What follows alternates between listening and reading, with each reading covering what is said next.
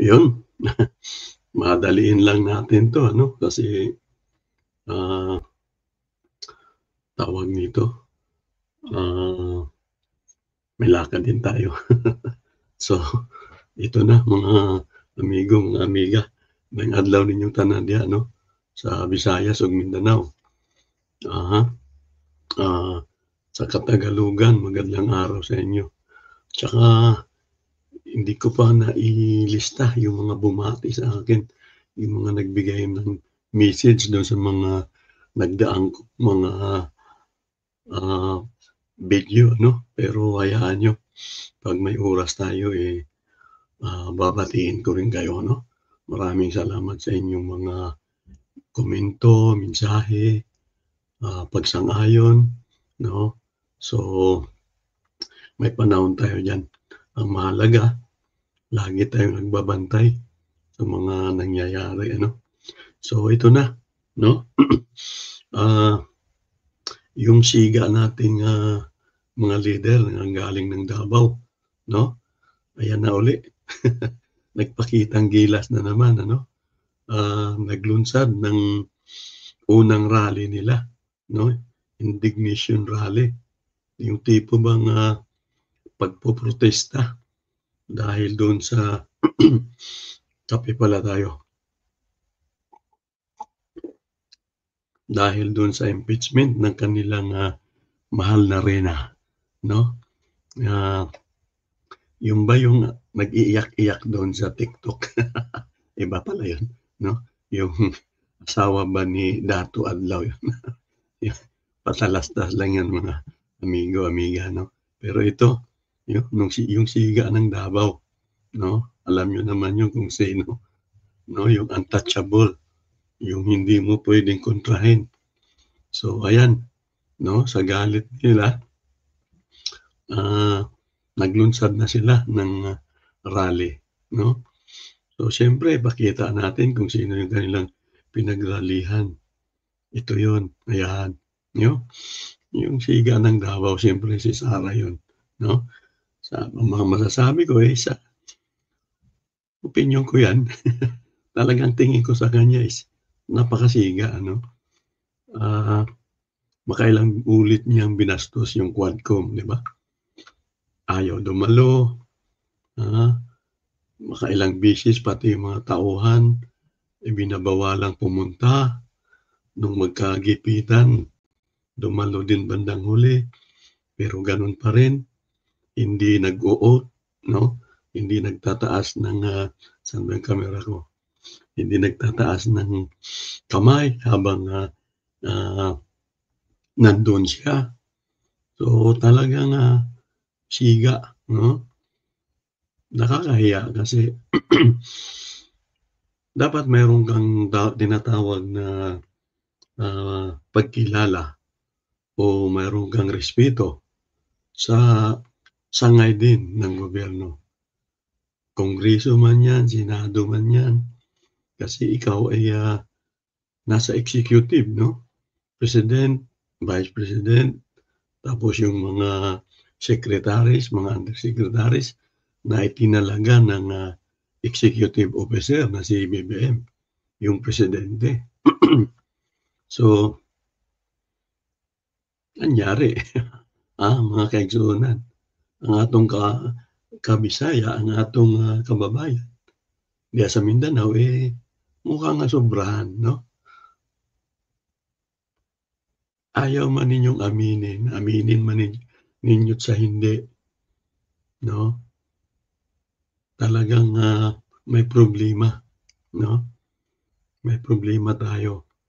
Kasi kung wala ka nga namang itinatago, yun ang paulit-ulit kasi 'di ba? At, termino nila yan, tandaan niyo termino nila yan. Ibig kong sabihin, salita nila yan, bukang bibig nila yan, lalo na nung panahon ng kanyang ama. Once na tumutol ka doon sa kanilang ginagawa, tukhang, mga pagbatikos ni Duterte, 'pag kumontra ka do'n, laging sinasabi nila, "Bakit? Kung hindi ka adik, ba't ka kumukontra diyan? Ba't ka galit diyan?" kung hindi ka kriminal, kung hindi ka drug lord, bakit takot ka? Ha? Kung hindi ka naman adik, ba't takot ka diyan sa patayan na 'yan? Ha? Kung hindi ka adik, ba't ka galit sa mga, kung hindi ka NPA, ba't ka galit sa mga tauhan ni Duterte o kay Bato o kay Duterte? So, talamak nilang, estilo 'yan. So, nabaliktad ang pangyayari, wala sila ngayon sa posisyon at sila ang iniimbestigahan. Oh, sana yung sinasabi niyo, lalo na yung mga vlogger na wala ng ibang sasabihin kung hindi kayo adik, kung hindi kayo pasaway, ba't kayo matatakot? O ito ngayon, 'no, kung wala siyang tinatago, kung wala siyang krimen, wala siyang anomalyang ginawa, bakit ayaw niyang humarap doon, 'no? Nagsimula sa Quadcom, kung saan-saan na ang inabot, hindi dumadalo. Alam mo yun, 'no? Hanggang ngayon na ma-impeach na siya at bago nga mag-impeach, 'di ba, nagbanta pa, 'no? Nagbanta pa, 'no? Binantaan pa ang buhay ng kahit na hindi ako maka-BBM pero maling-mali pa rin yun, 'no? Magbabanta ka doon sa mga ibang leader, 'no? Sino ang binantaan niya, yung si BBM, yung asawa, tsaka si yung Speaker of the House, 'no? Anong klaseng Vice President ka, 'no? So, tingnan niyo naman, 'no?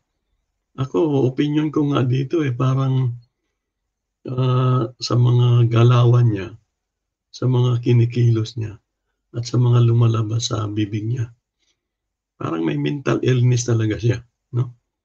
Kaya ang dapat dito talaga is, psychiatrist, 'no? Ewan ko na lang kung, may panukala niyan na next time, talagang dapat dumaan sa, ah, mental na pagsusuri, 'no? Mula sa presidente siguro hanggang sa bise, tapos yung mga nasa Senado at Kongreso, 'no? Kasi ang hirap na mayroon tayong leader na may problema pala sa anyway, ayaw ko ng sabihin yun, 'no? So, ito pa ang mga picture niya, 'yan. So, after nung magsiga-sigaan siya, dahil sa iniimbestigahan ng Quadcom, yun na-impeach na nga. At ito na nag-press release siya, 'no, humarap siya sa mga media nung nakaraang mga araw. At usual, ano bang estilo nila, 'di ba? Aktingan time na naman, 'no? Gano'n din yung tatay, 'di ba yung tatay 'pag na-corner mo, "Ay sus," gaganon siya, 'di ba? "Ay sus, wala yun, maniwala ka diyan." Ito yung anak gano'n din, ah, kunyari hindi siya apektado sa impeachment, 'no? May mga juwa-juwaan pa siyang pinagsasabi, 'no? No, kumbaga no worries, hindi siya nag-alala. Pero alam niyo, tingnan niyo nga yung mukha niya diyan sa bandang kaliwa. May something talaga, 'no?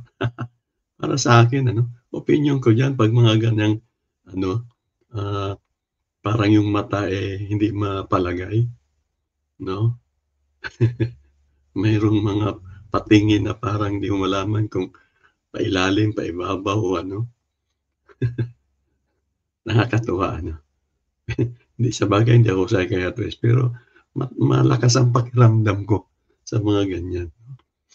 So ito na, after niyang ma-impeach, tapos after niyang, magpakita na kunyari hindi sila apektado, pero yung mga alipuris niya, si mga kapatid niya, 'no, si Pulong, si Baste, tapos yung kanyang mga, ah, tsulalay, si Roque, si Panilo,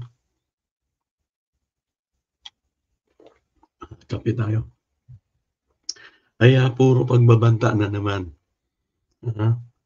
Bakit ko nasabi yan? Alam niyo naman yun, nakailang beses silang manawagan ng people power, 'no? Maisog, maisog rally. Natatawa na lang ako, 'no? Dapat ang isigaw nila Talawan Rally, 'no? Kasi wala namang nangyari, ah, at ito ngayon, papakita tayo ng mga picture. Kaya nga ang sabi natin kanina, ah, ang sabi natin kanina yun, unang rally sa Davao, 'no? Hindi mahulugang karayom. Ang liit ng karayom, 'di ba? So 'pag sobrang dami, ay talagang 'di mahulugang karayom.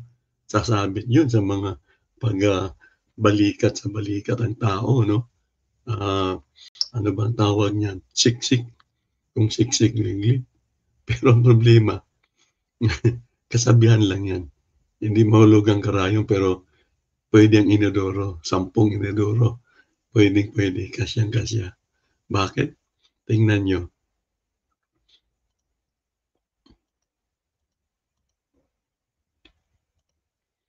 yun. Kita niyo? Kita niyo naman siguro. Yan ba yung yan ba yung, what happened, 'no? Yan pa yung mga unang rally yan, 'no? Unang rally, ah, indignation rally or, protesta dahil daw in-impeach yung kanilang, ah, the one and only reyna ng apoy, ng tubig, ng dagat, ng hangin, 'no? Isama niyo kaya yun sa pag-rally, yun si ano, sino ba yun? Dato Adlaw. So tingnan niyo naman, 'no, mga kaibigan, tingnan niyo kung gaano kaluwag, 'no?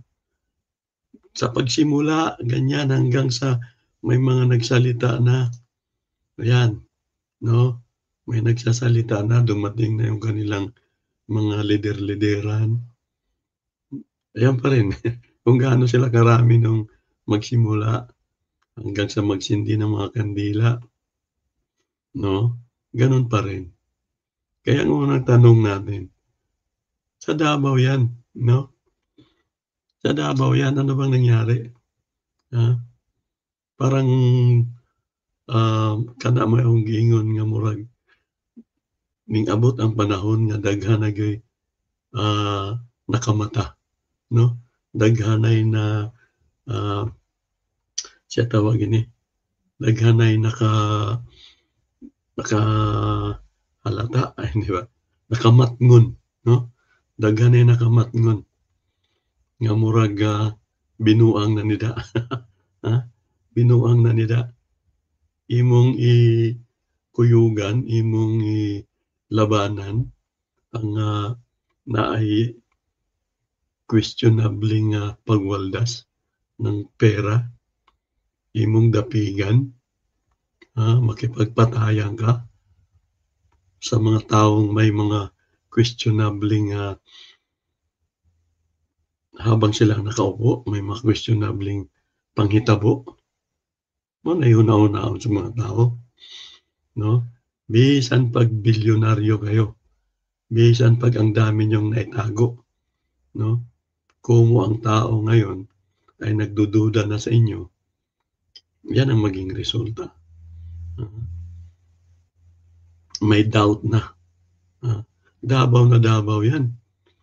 Walang pinag-iba yan nung nag-rally din sila nung, kasagsagan nung bangag-bangag nila na pinagsasabi ano, na gusto nilang manawagan dun sa mga retired general na mag-alsa na daw at, tanggalin na sa puwesto si BBM at ipalit na daw yung vice presidente, ah.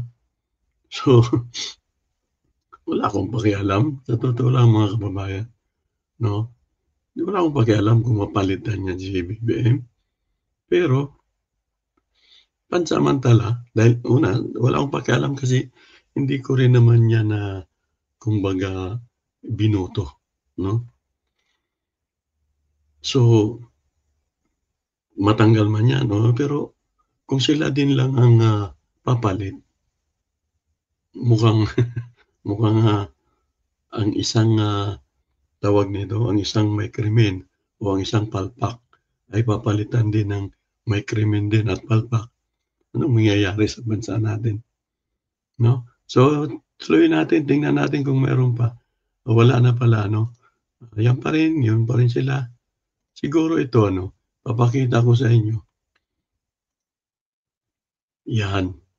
Yan yung mga panghuli na nilang ano, ah, yan yung bidyong nakuha natin dun sa isang, vlogger, 'no?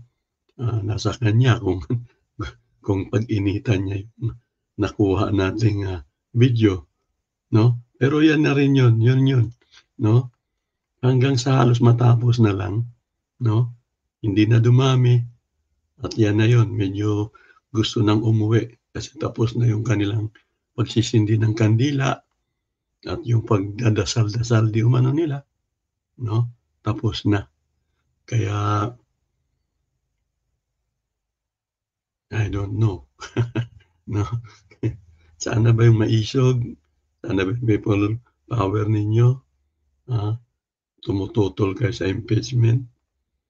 So, alam niyo puro na lang 'to ano, eh, ako may hinala talaga ako na 'pag nagsimula na yung trial, hmm, mapaaga man o sa Junto man, 'no, aatras 'yan, 'no, aatras 'yan.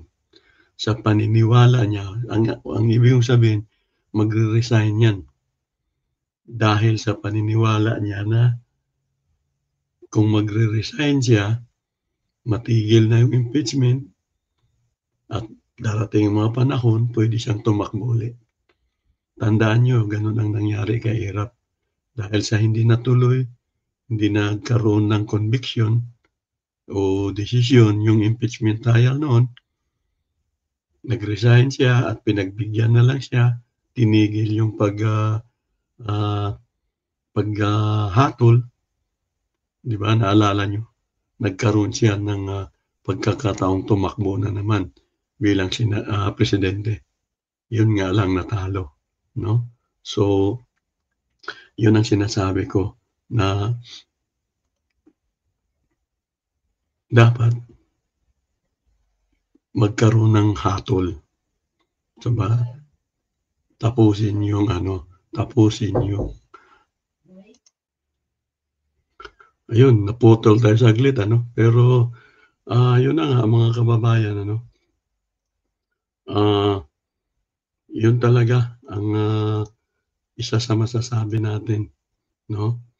Ah, Darating din ang time, 'no, na yung, siga-sigaan, yung mga hindi kumikilala sa mga, ah, interes ng iba at ang mga walang respeto sa mga, kasamahan sa gobyerno, kahit sa mga ordinaryong tao, 'no?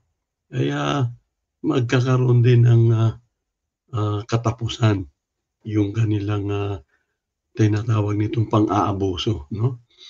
Sino ang mag-akala na yung dating, yung ama niya, 'no, na laging nagsasabing, "Saksakin niyo 'yan, patayin niyo 'yan, abangan niyo 'yan," 'di ba? Sinong sino ang, magde-deny na gano'n ang kanyang sinasabi sa mga taga-COA noon, yung mga kaparian noon, 'no? So, minana din naman ng mga anak 'yan, 'no?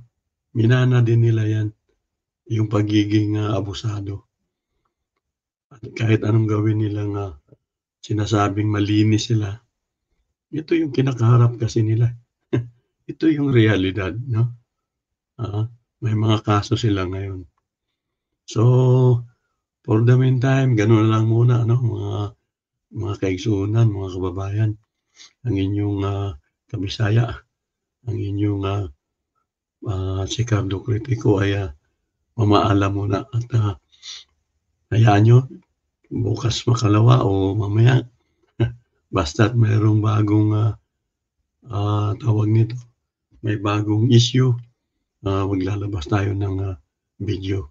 Maglalabas tayo ng ating mga opinyon. Okay, ingat-ingat tayong lahat 'no.